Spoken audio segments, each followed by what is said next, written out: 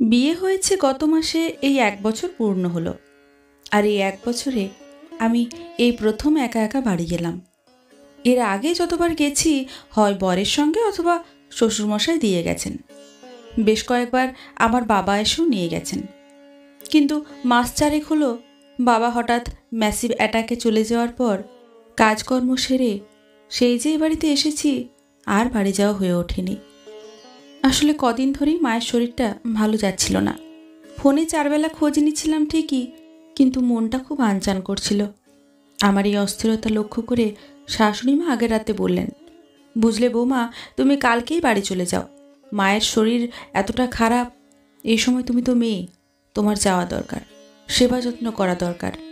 মেয়ে হিসেবে তোমার একটা কর্তব্য আছে, আর এই অসময়ে আমাদেরও উচিত তোমাকে বাড়ি পাঠিয়ে দেওয়া। বর অফিস থেকে ফিরলে ওকে বললাম, কাল একটু বাড়ি যাব, বুঝলে, মায়ের শরীরটা বেশ খারাপ হয়েছে। এখানকার মাও বলল ঘুরে আসতে। তুমি অফিস যাওয়ার পথে আমাকে একটু ছেড়ে দেবে? উত্তরে আমার স্বামী বলল, অবশ্যই যাবে। আর শুধু দেখতে গিয়ে তো লাভ নেই, কদিন থেকে আসার মতো প্রিপারেশন নিয়েই যাও। একেবারে মাকে সুস্থ করে তবে ফিরবে, এবারে চিন্তা করতে হবে না। তুমি তাহলে অফিস যাওয়ার সময় আমাকে নামিয়ে দিও কিন্তু। আমার স্বামী বলল, কেন? যতটুকু জানি তুমি বিয়ের আগে একা একাই স্কুল কলেজ করেছো, এখানেও টুকটাক বেরো মাঝে মধ্যে। তাহলে নিজের বাড়ি যাবে, প্রত্যেকবার সঙ্গে কাউকে নিতে হবে কেন? তোমার মা বাবা, তোমার বাড়ি, তুমি যখন ইচ্ছে যাবে আসবে, তাদের দেখাশোনা করবে, আপদে বিপদে পাশে থাকবে, এটাই তো স্বাভাবিক। কাল তুমি একাই যাবে। সেই মতো আমি বাড়ি ঢুকলাম। আগে থেকে খবর দিয়ে আসিনি, ভাবলাম একেবারে গিয়ে মাকে চমকে দেব। বেলা তখন 10টা মতো হবে। বেল বাজাতেই বৌদি এসে দরজা খুলে দিল। আমার একমাত্র দাদার বউ।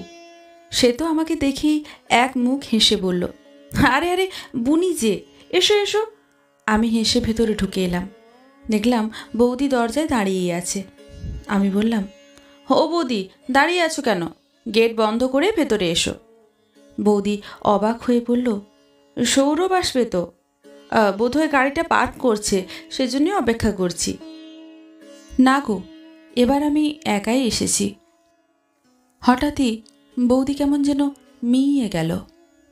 আমার হাতের বড় ট্রলিটার দিকে একবার তাকিয়ে শুধু বলল, ও, বাড়িতে সব ঠিকঠাক আছে তো? শ্বশুর শাশুড়ি সব ভালো? সৌরভ ঠিক আছে? আমি একটু অন্যমনস্ক হয়ে বললাম, হ্যাঁ হ্যাঁ, সব ওকে। আসলে আমি ততক্ষণে মায়ের সঙ্গে দেখা করব বলে ছটফট করছিলাম। মায়ের ঘরে গিয়ে দেখি মা কলা আর ডিম সিদ্ধ খাচ্ছে বিছানায় বসে। চুল উস্কো খুস্কো, চোখগুলো কোটরে পুষে গেছে, বেশ রোগা হয়ে গেছে। বাবা থাকতে ডবডবে করে সিঁদুর পরত মা। সাদা সিঁথিতে এই প্রথম মাকে দেখে বুকটা কেমন হু হু করে উঠল। মনে মনে ভাবলাম, কদিন একটু যত্ন করতে হবে। আমি মা বলে ছুটতে গিয়ে গলা জড়িয়ে ধরলাম। মা হেসে বলল, কখন এলি রে? সব খবর ভালো তো? তারপর আমার উপর দিয়ে উঁকি ঝুঁকি দিচ্ছে দেখে জিজ্ঞাসা করলাম, কি হয়েছে? কাকে খুঁজছ? মা উদ্বিগ্ন হয়ে বলল, হ্যাঁ রে, সৌরভ কই? হাত পা ধুচ্ছে নাকি? আমি হেসে বললাম, কেন গো, আমি একা একা আসতে পারি না? একাই এসেছি, এখন কদিন থাকবো এখানে তোমার কাছে। মা শুনেই খাওয়া বন্ধ করে বিছানা থেকে নেমে পড়ল। ভ্রুকুচকে বলল, মানে? কাল রাতে ফোন করলি, আসবি, কিছু বললি না তো। সৌরভও কিছু বলল না, বেয়ানও তো ফোন টোন করেনি। কি হয়েছে বল তো ঠিক করে? তারপর আমার উত্তরের অপেক্ষা না করেই আমাকে ঠেলে দিয়ে বাইরে এলো। অসুস্থ শরীর, আর একটু হলেই পড়ে যেত। দেয়াল ধরে দাঁড়িয়ে পড়ল। বারান্দায় রাখা আমার বড় ট্রলিটার দিকে তাকিয়ে যেন চমকে উঠল মা। আমাকে হাত ধরে ঘরে নিয়ে এসে দরজা বন্ধ করে দিয়ে সোজাসুজি আমার দিকে তাকিয়ে জিজ্ঞাসা করল, কি হয়েছে ঠিক করে বল। নিশ্চয়ই কোনো অশান্তি করেছিস?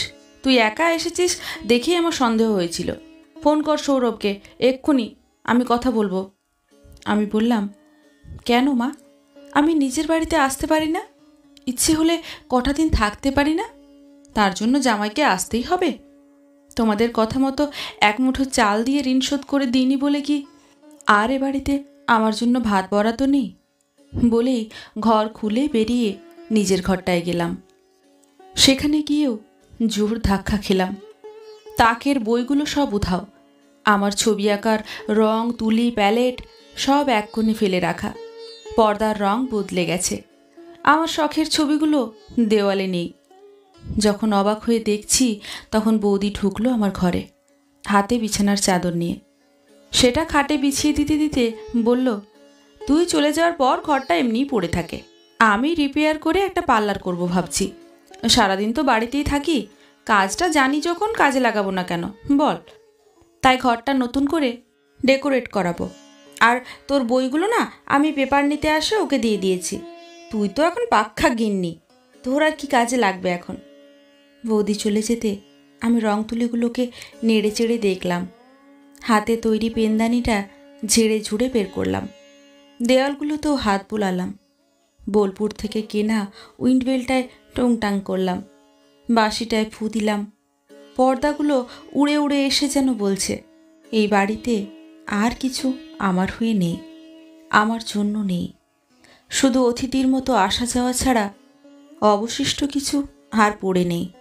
দুদিনের বেশি থাকলে এবারের লোকজন বেজার হবে, দুশ্চিন্তা করবে।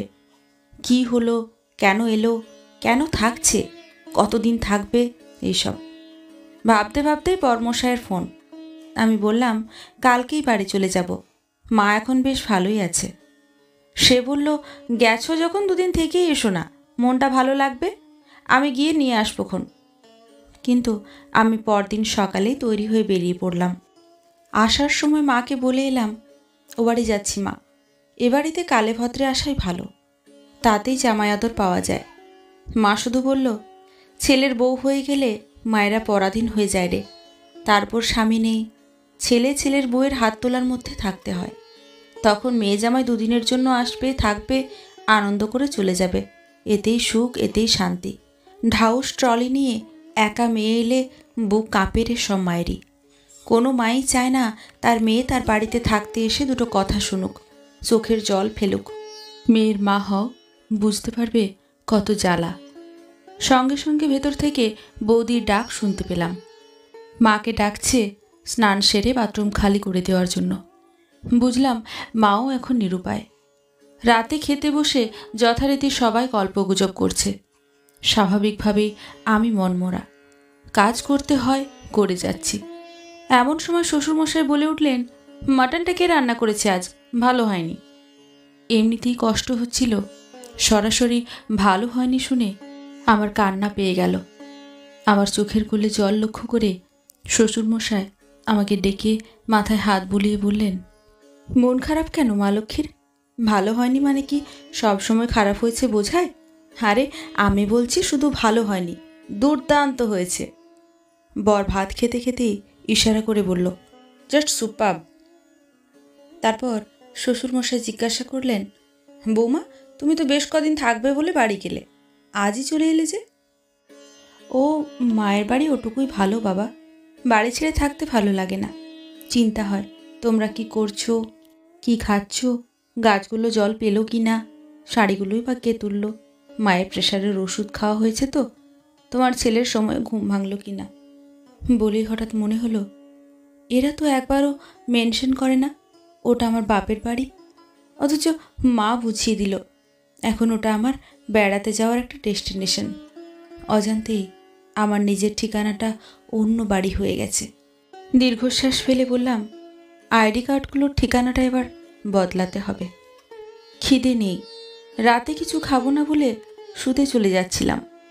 শাশুড়ি মা ইশারায় একটু দাঁড়িয়ে যেতে বললেন। ওদের খাওয়া হয়ে গেলে ওরা উঠে গেল। আমাকে একটা চেয়ার দেখিয়ে বললেন, এখানে বসো। তারপর আমার প্রিয় পনিরের তরকারি আর ভাত নিয়ে এসে থালা ধরে একদলা ভাত মুখে পুরে দিয়ে বললেন, তোমার মাটনে গন্ধ লাগে বলে আমি যে হাঁটুর ব্যথা নিয়ে পনিরের তরকারি করলাম এত কষ্ট করে, তোমার মনের কষ্টটা সব, সারা রাত না খেয়ে থাকলে আমার কষ্ট হবে না। সব ভাত কটা শেষ করে হাত ধুয়ে এসে আমাকে বললেন, ছেলে মেয়ে নির্বিশেষে সব মানুষকেই জলের মতো হতে হয়, যেখানে থাকবে সেভাবে নিজেকে গুছিয়ে নিতে শিখতে হয়। আর কী সব বলে মেয়েদের নিজের কোনো বাড়ি হয় না? কে বলেছে হয় না? নিজের করে নিতে পারলেই নিজের বাড়ি হয়। এটাই এখন তোমার বাড়ি। এখানে তোমার অধিকার সবচেয়ে বেশি, তোমার দাবিও সব থেকে বেশি। মায়ের ওপর অভিমান করো না। বৌদির মতো তুমিও এ বাড়িটা নিজের পছন্দ মতো গুছিয়ে নাও। মায়ের বাড়িটা থাক না মাঝে মধ্যে হাওয়া বদলের জায়গা হয়ে। খুব অসুবিধা হবে কি? আমার তখন চোখের কোণে জল, অথচ মনটা কেমন হালকা হয়ে গেছে। এত জোর দিয়ে আমার বাড়িটাকে চিনিয়ে দেওয়ার জন্য মাকে একটু জড়িয়ে ধরতে গেলাম।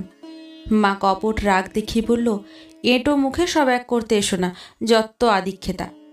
হ্যাঁ, সবসময় শাশুড়ি কথাটা জুড়ে না দিয়ে দু এক সময় প্রাণ খুলে মানুষটাকে মা বলেও তো বলা যায়।